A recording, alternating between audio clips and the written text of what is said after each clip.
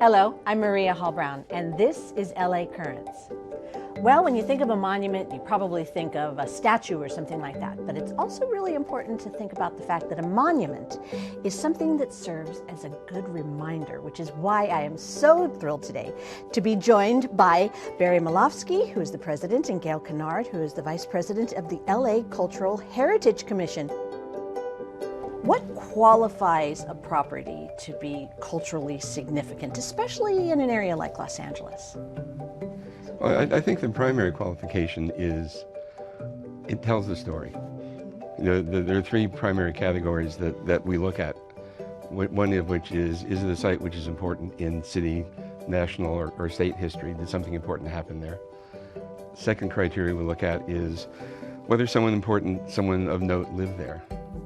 And the third category, which is the one that most people assume is what we look at, but really it's just one of the three categories, is it architecturally significant, or is it the work of a master architect?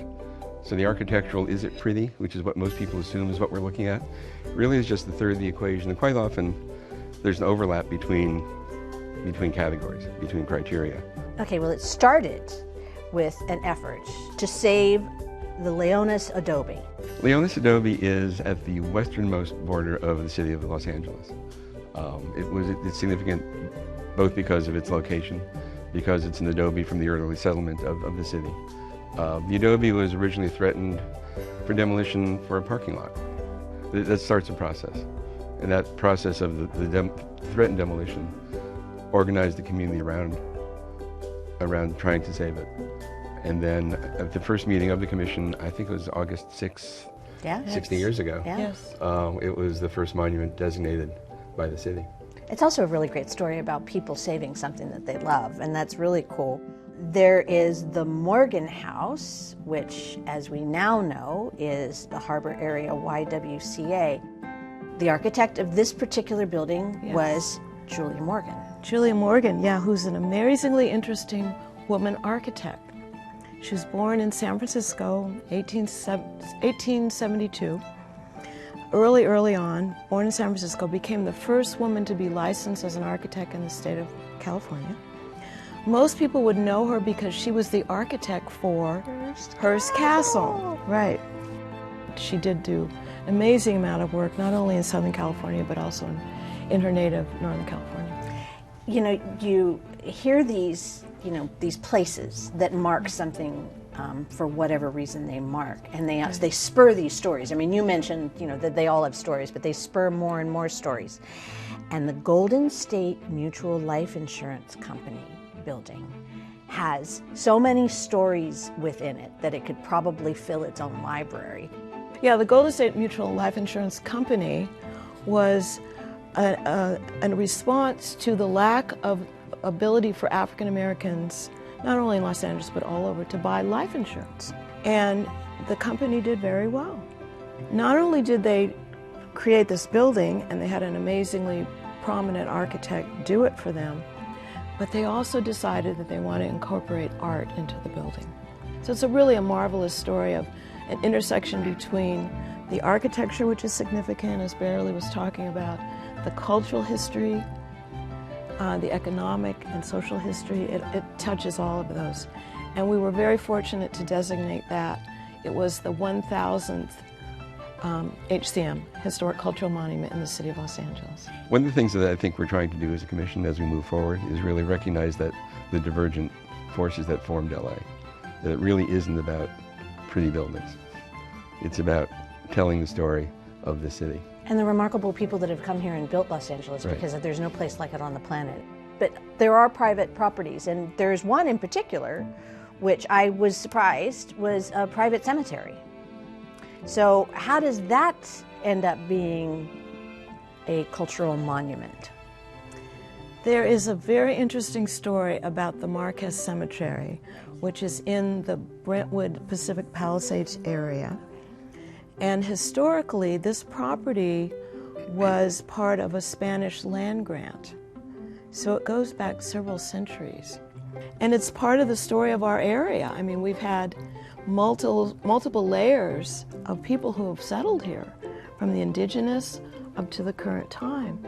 So inevitably, there are other places like this that we might not even know about. See, I would think that that might be some of your challenges in designating these properties, is that who knows who's in them right now and who knows what their cultural significance was unless you go tell them. Well, one of the things which is really important, and something I've been advocating on a regular basis in commission meetings, is we don't necessarily know, but if there's a historic building or building you think is important on your street, in your neighborhood, that's important to you, it's part of the history that you think is important to the city, bring it to the commission. Go through the nominating process. Or bring it to your city councilmen and have them make the nomination. Because there are 800,000 properties in the city of Los Angeles. We can't identify all of them, so we rely on the public. And this was a fascinating story. The Gilmore Gas Station. It's kind of a story of reinvention if you consider, what it was and what it means, and now how we can enjoy it. The Gilmore Gas Station is a really good example of adaptive reuse of a building. It sat vacant for years, a big empty lot with a chain link fence around it and weeds growing around it. And Starbucks sort of saw it as an opportunity to use as a good location for their business, and a good opportunity to sort of take an existing building, see how they reprogram it, keeping the primary character defining features. And what they did is you can drive through to get your coffee. You drive under the canopy, you place your order, you drive around, you get your coffee on your way to work. And actually we have seen that, because that particular location was used a lot by film studios and things because of its interesting.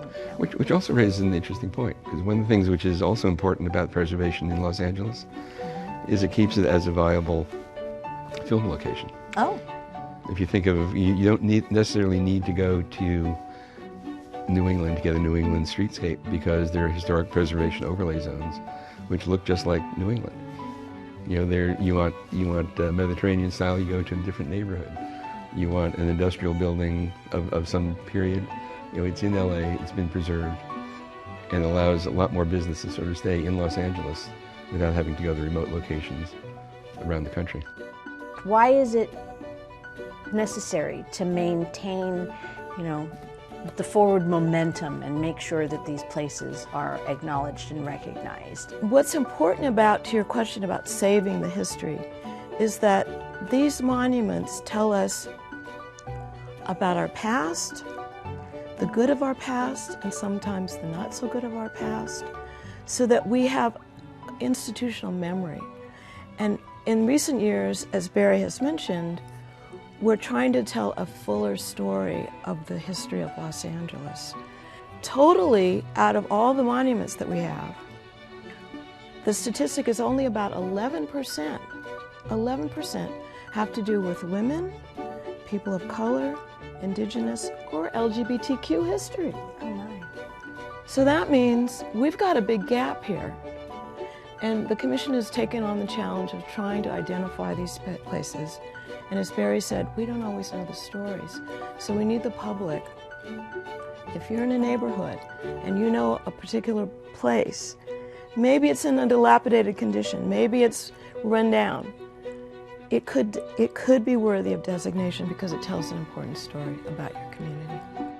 So the most important part of all of this is obviously awareness and participation. So if people want to become more aware and people want to participate, what's the best way? The best way is to log on to the internet, of course. Website is planningforla.org, and that's the number 4. And there are several tabs below that. They can sort of check into existing monuments, what the process is, and become informed in the process. Very exciting. Well, thank you both. This has been fascinating, and I wish we had 6 times as much time. Thank you. Thank you, Maria. And that's a wrap on this LA Currents.